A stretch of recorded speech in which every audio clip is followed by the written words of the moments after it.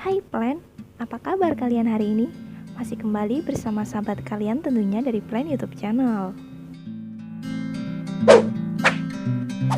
Salah satu kesalahpahaman paling umum tentang eating disorder adalah eating disorder hanya terjadi pada wanita.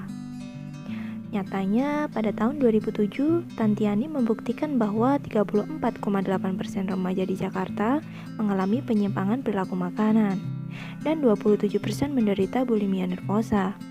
Kemudian di tahun 2008 ternyata siswa putra SMA Negeri 70 Jakarta Selatan diketahui 88,5% responden memiliki kecenderungan penyimpangan perilaku makan.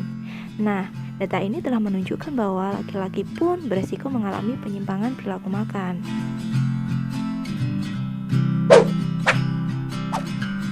Di usia 12 tahun, aku mengalami eating disorder yang membuat diriku hanya makan sehari sekali.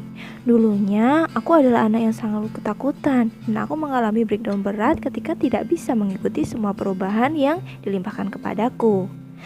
Dimulai dari SMP dan aku kesulitan menemukan teman baru. Di tahun yang sama pula, ayahku pergi untuk memulai pekerjaan baru di negara lain. Semuanya berkumpul dan terjadi tanpa bisa dikendalikan. Dan segera saja tubuhku mulai menolak makan, sama seperti ia menolak kenyataan yang kejam. Untungnya, aku berhasil bertahan hidup melawan eating disorderku. Aku belajar agar dia tidak mengontrolku. Nah, kalian juga bisa loh Plan melawannya jika kalian menghadapi musuh yang mirip dengan cerita tadi. Untuk itulah, tujuan dari membuat video ini adalah untuk menginformasikan kepada Plan semua tentang eating disorder dan mengakhiri stereotip yang membuatnya sulit untuk dibicarakan. Berikut adalah 6 jenis eating disorder. Yang pertama, anoreksia nervosa. Jenis ini adalah jenis gangguan yang cukup dikenal. Kondisi ini umumnya berkembang selama masa remaja atau dewasa muda dan juga cenderung mempengaruhi lebih banyak wanita daripada pria. Orang dengan anoreksia umumnya kelebihan berat badan bahkan saat mereka terlalu kurus. Pengidap anoreksia cenderung terus-menerus memonitor berat badan, menghindari jenis makanan tertentu dan sangat membatasi kalori. Gejala umumnya meliputi sangat kurus dibandingkan dengan orang dengan usia dan tinggi yang sama, pola makan yang sangat terbatas, ketakutan yang kuat akan kenaikan berat badan, hingga gejala obsesif kompulsif. Anoreksia biasanya sangat merusak tubuh karena seiring berjalannya waktu, penderita anoreksia mungkin akan mengalami penipisan tulang. Bahkan, rambut serta kukunya rapuh. Pada kasus yang parah, anoreksia dapat menyebabkan gagal jantung, otak, penyakit komplikasi hingga kematian. Yang kedua, bulimia nervosa. Penderita bulimia nervosa ini biasanya berusaha untuk menghindari kenaikan berat badan dengan memuntahkannya atau membuang isi perut, tetapi juga bisa berarti olahraga atau puasa yang berlebihan. Bulimia nervosa ini mirip dengan anoreksia nervosa, gejalanya pun sama. Bulimia nervosa ini dapat menimbulkan efek jangka panjang berupa kerusakan gigi, iritasi usus, dehidrasi parah, gangguan hormonal, dan lain sebagainya.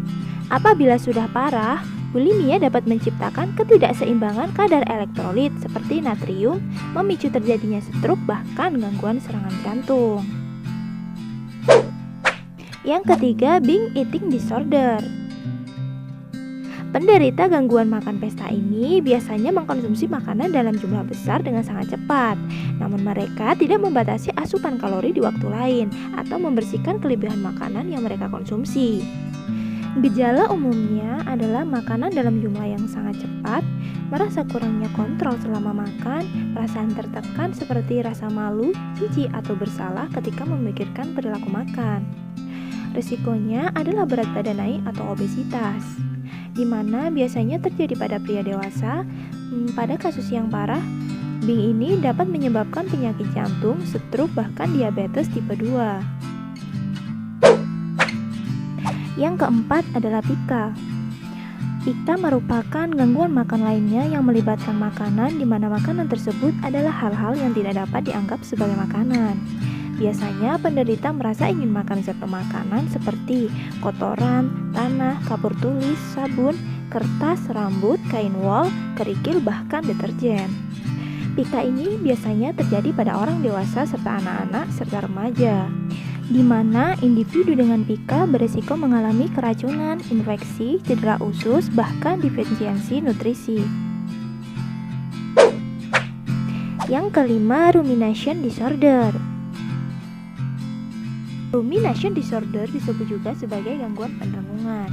Biasanya penderita memuntahkan makanan yang sebelumnya mereka kunyah atau telan, kemudian mereka kunyah kembali, begitu seterusnya. Biasanya terjadi dalam 30 menit pertama setelah makan. Rumination disorder ini biasanya terjadi pada bayi, masa kanak-kanak atau dewasa. Jika tidak diatasi saat bayi, penyakit ini dapat menyebabkan gizi buruk yang bisa berakibat fatal.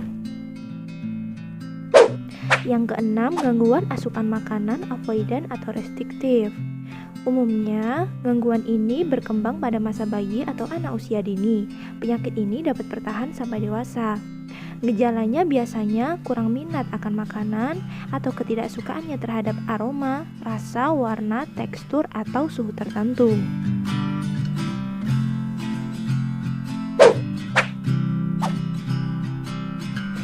Apakah kalian berpikir kalian sedang mengalaminya, Plan? Bagikan pemikiran kalian di kolom komentar ya, Plan. Jangan lupa buat like, komen, subscribe, dan juga share ke sahabat Plan lainnya agar kita semua semakin kaya ilmu. Sampai jumpa di video selanjutnya. Dadah!